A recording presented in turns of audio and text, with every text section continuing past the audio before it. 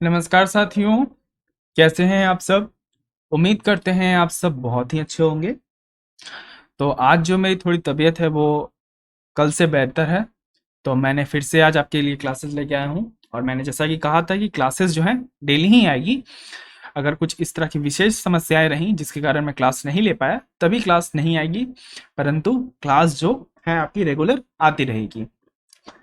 साथियों, आज जो चर्चा का विषय है वो सुन के आपको चाहे खुशी मिले, चाहे आपको दुख हो, चाहे आपका भावना नियंत्रण में रहे, यह जरूरी नहीं है। जरूरी यह है कि आप जो सुनने जा रहे हैं वो सुन के आप अपने आप को नियंत्रण में रख सकते हैं कि नहीं, कि केंद्र सरकार के द्वारा जो बैंकों को निजीकरण करने का जो चलते आ रहा है शुरू से, उस चीज को अब एक और स्टेप देने के लिए मॉनसून सत्र के अंदर में केंद्र सरकार दोबारा से कुछ बैंकों को निजीकरण करने के लिए बिल रखने जा रही है। जी हाँ साथियों, आपने सही सुना। जैसा कि आपको पता है, अगर नहीं पता है तो मैं जानकारी दे देना चाहता हूं सबसे पहले। वेट जैसा कि मैंने बहुत पहले भी बताया है, लेकिन मैं हमेशा से बता देता हूं क्योंकि कुछ बुद्धिजीवी लोग जो है क्लास में नहीं रहते हैं हमेशा। एक साल में 3 सत्र होते हैं। बीएमडब्ल्यू याद रखिएगा, ये बीएमडब्ल्यू गाड़ी नहीं, अथवा B for budget session, M for monsoon session and W for winter session.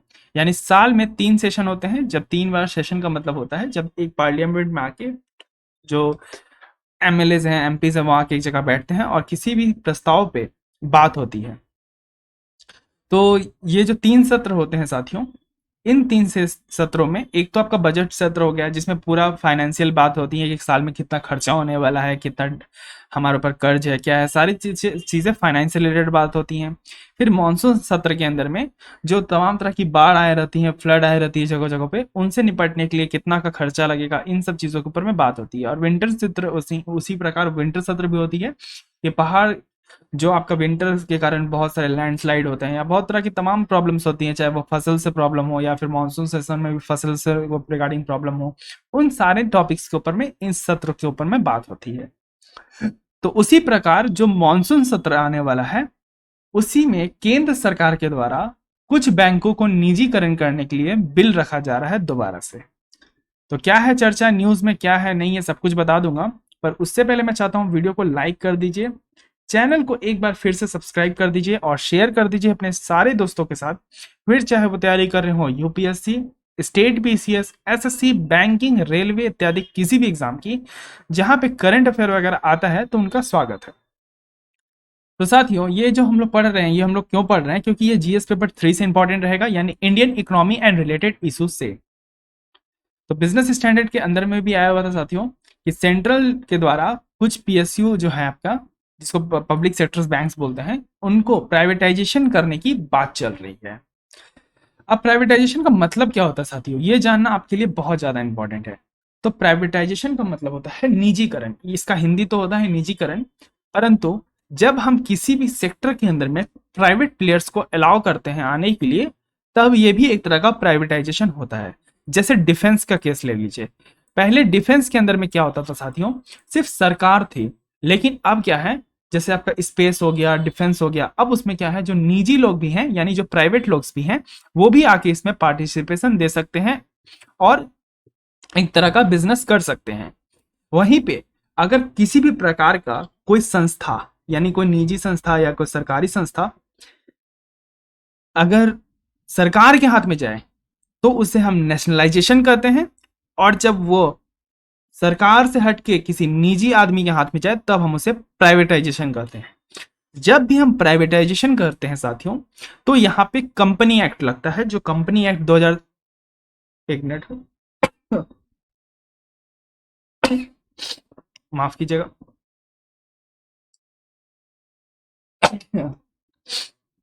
तबीयत जो है ना एक्चुअली खराब है, आपको मैंने बोला ही है। तो चलिए, बात हाँ चल रही थी कि जब भी प्राइवेटाइजेशन होगा साथियों, तो यहाँ पे कंपनी एक्ट 2013 का लगेगा, जिसमें यह साफ साफ मेंशन किया गया है कि किसी भी ऑर्गेनाइजेशन में यानी किसी भी कंपनी में 51% शेयर से ज्यादा जिसके पास होगा, यानी अगर आपके पास, मेरे पास, किसी के पास भी 51% शेयर से ज्यादा होगा हिस्सेदारी, तब वह उसकी कंपनी कहलाएगी।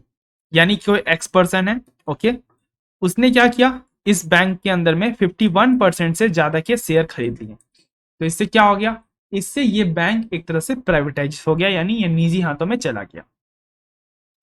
तो ये प्राइवेटाइजेशन हो गया साथियों। अब सरकार प्राइवेटाइजेशन पे इतना फोकस क्यों कर रही है, क्या जरूरत है सरकार को प्राइवेटाइजेशन के ऊपर फोकस करने का?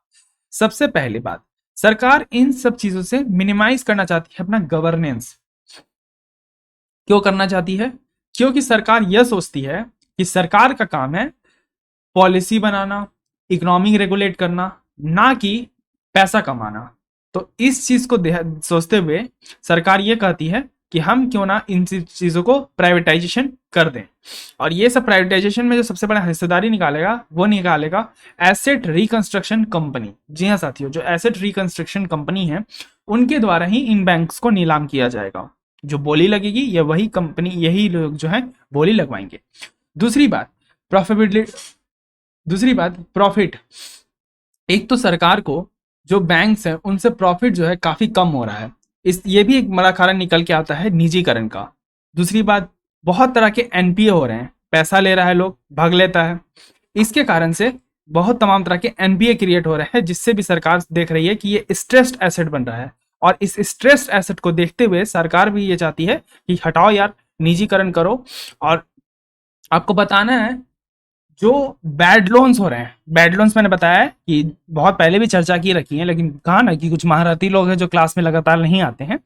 तो जो बैड लोन्स है, वो बैड लोन्स सरकार एक कंपनी के माध्यम से बिकवाती है, एक ऑर्गेनाइजेशन के माध्यम से बिकवाती है। आपको कमेंट बॉक्स में बताना है कि उस ऑर्गेनाइजेशन का नाम क्या है, क्योंकि मैंने बहुत पहले चर्चा कर रखी है करंट अफेयर के क्लासेस में। तो ये सब तरह के तीन कारण सामने निकल के आ रहे हैं। एक मिनिमाइज करना चाहती है गवर्नेंस, प्रॉफिट नहीं हो रहा सरकार को। दूसरी बात, स्ट्रेस एसेट बहुत ज्यादा क्रिएट हो रहे हैं, पैसा ले लेके लोग भाग जा रहा है, पैसा चुका नहीं पा रहा है, सरकार असक्षम है पैसा वापस लेने में, इसलिए सरकार चाहती है कि हटाओ, प्राइवेट प्लेयर्स को दो, हो सकता है वो धमका धमका पैसा ले लें। लेकिन वास्तविक में प्राइवेट प्लेयर्स के द्वारा पैसा किसे दिया गया था सब जानता है, और वो पैसा लेके कौन भागा था ये भी सब जानता है। ठीक है, ज्यादा नहीं बोलूंगा, आप लोग समझदार हो। उसके बाद सर और तरह के कौन से प्राइवेटाइजेशन करने के सरकार को बेनिफिट होगी? पहली बात, जो मैनेजमेंट है, मैनेजमेंट पॉलिसीज है, उनमें सुधार आएगी। कोई भी तरह का पॉलिटिकल इशू इंटरफेरेंस नहीं होगा। अगर किसी तरह का डिसीजन लिया जा रहा है बैंकों के द्वारा, तो इससे यह नहीं साबित होगा कि यह डिसीजन सरकार के द्वारा लिया गया है, यानी यह डिसीजन जिसका कंपनी है उसके द्वारा लिया गया है। तो इस तरह का कोई इंटरफेरेंस या पॉलिटिकल इशू क्रिएट नहीं होगा। एम्प्लॉयज को बहुत सारी अपॉर्चुनिटीज मिलेगी, जो एजुकेटेड यूथ होंगे इसमें आके और शामिल हो सकते हैं। पारदर्शिता आएगी साथियों, क्योंकि ट्रांसपेरेंसी जो है ना, क्योंकि ये जो प्राइवेट कंपनीज होती हैं साथियों, इनका क्या रहता है ना कि जो इनके बैलेंस शीट होती है उनको इनको लगभग साल में एक बार, चाहे 31 दिसंबर या 31 मार्च को अपना बैलेंस शीट और अपना profit and loss account print करवाना पड़ता है किसी अखबार के अंदर में। मेनली ये सब बिजनेस टाइम्स के अंदर में ही प्रिंट होती है। तो इससे क्या होता है कि एक तरह का ट्रांसपेरेंसी आती है कि हाँ, जो भी कंपनी में काम हो रहा है वो एक तरह से अवैध रूप से नहीं हो रहा है। ओके, दूसरी बात, इनका कहना है कि जो प्राइवेट बैंक्स है वो टेक्नोलॉजी का बेहतर तरीके से इस्तेमाल करती है, क्योंकि ये क्या करती है, ये डेवलप करती है लोगों को, ये सब पढ़ाती है, उनके ऊपर कुछ कोर्सेज चलाती हैं।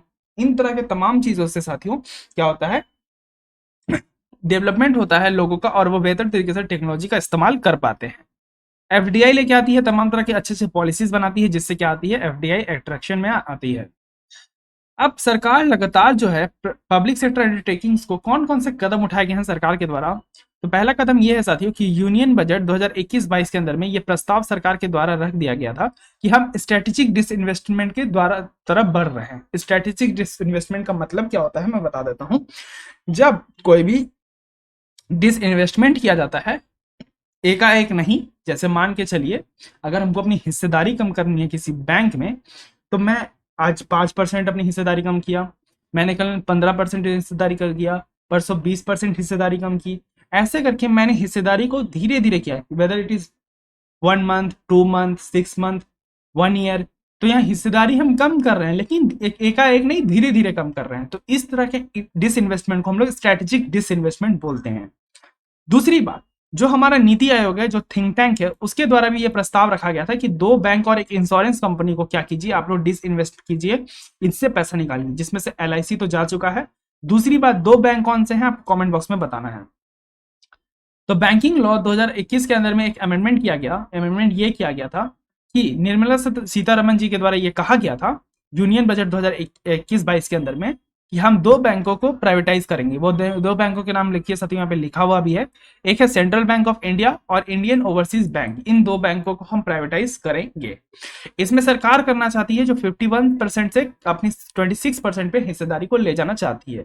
जैसा कि मैंने अभी आपको स्टार्टिंग में बताया कि जब भी आप हिस्सेदारी कम करते हैं या निजी हाथों में किसी चीज को बेचते हैं, तो वहां पे कंपनी एक्ट के द्वारा 51% से अगर हिस्सेदारी कम होती है आपकी, तब वो कंपनी जिसके पास 51% से ज्यादा हिस्सेदारी है उसके नाम हो जाती है।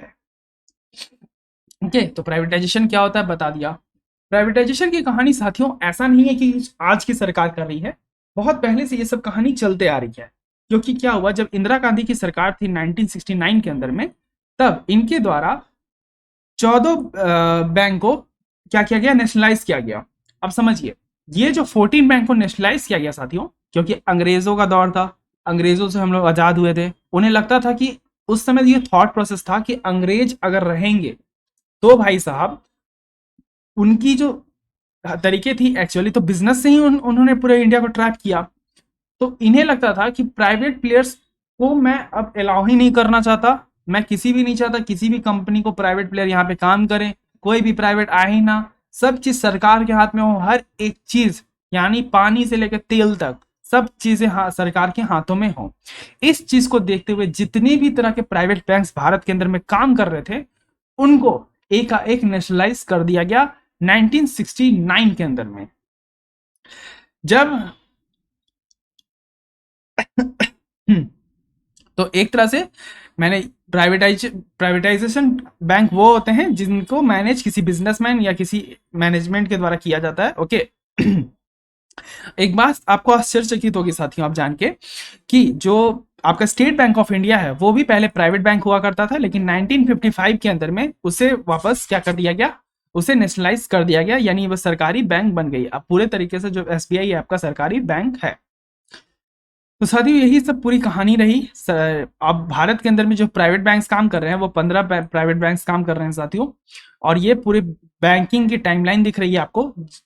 जो 70 में सबसे पहला बैंक जो बना था बैंक ऑफ हिंदुस्तान, याद रखिएगा बैंक ऑफ हिंदुस्तान भारत का पहला बैंक था। तो ये सब चीजें थी। और आपको एक चीज और बताना है कि SBI जो है साथियों, वो किस बैंक को, 3 बैंक को मर्ज करके SBI बना दिया गया, और SBI का नाम पहले क्या था ये आपको कमेंट बॉक्स में बताना होगा। अगर आप ध्यान से इकोनॉमी की पढ़ाई करते हो तो ये सब चीजें बुक में मेंशन रहती हैं। ओके, अगर नहीं पता होगा तो मैं नेक्स्ट क्लास में आपको ये चीजें बता दूंगा। तो मैंने सब कुछ कवर अप कर दिया, तो अब रेडी हो जाइए। सरकार फिर से 2 बैंक को जा रही है प्राइवेटाइज, और अब इसके लिए आप रेडी हो जाइए। जो भी रखा जाएगा बिल में प्रस्ताव रखा गया है, और अब मानसून सत्र के अंदर इसका प्रस्ताव रखा जाएगा, और अगर प्रस्ताव पास हो गया तो 2 बैंक वापस से क्या होंगी, प्राइवेटाइज हो जाएंगी।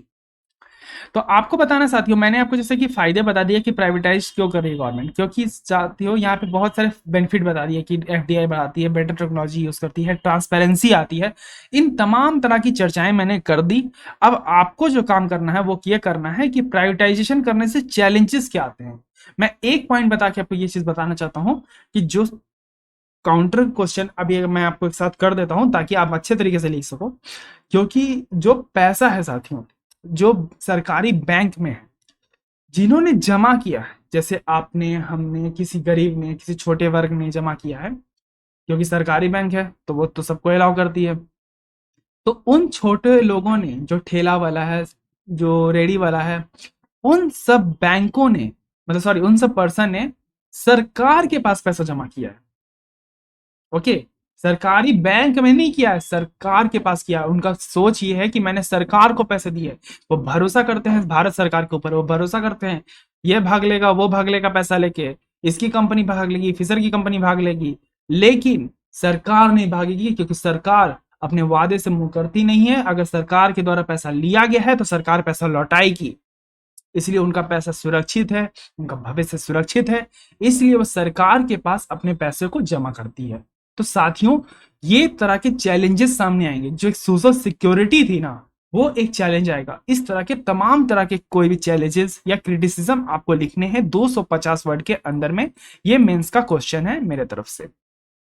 तो सब चीजें मैंने कवर अप कर दी कि अब प्राइवेटाइजेशन होने वाला है, नेशनलाइजेशन की क्या कहानी रही, मैंने बिल के बारे में भी बता दिया, मैंने हर एक चीज बता दिया साथियों। मैंने मतलब ऑलमोस्ट कुछ भी नहीं छोड़ा है आपके लिए जो यूपीएससी एग्जाम में आएगा, और बाकी जो भी एग्जाम है स्टेट पीसीएस वगैरह उन सब में भी ये कवर अप हो गया है।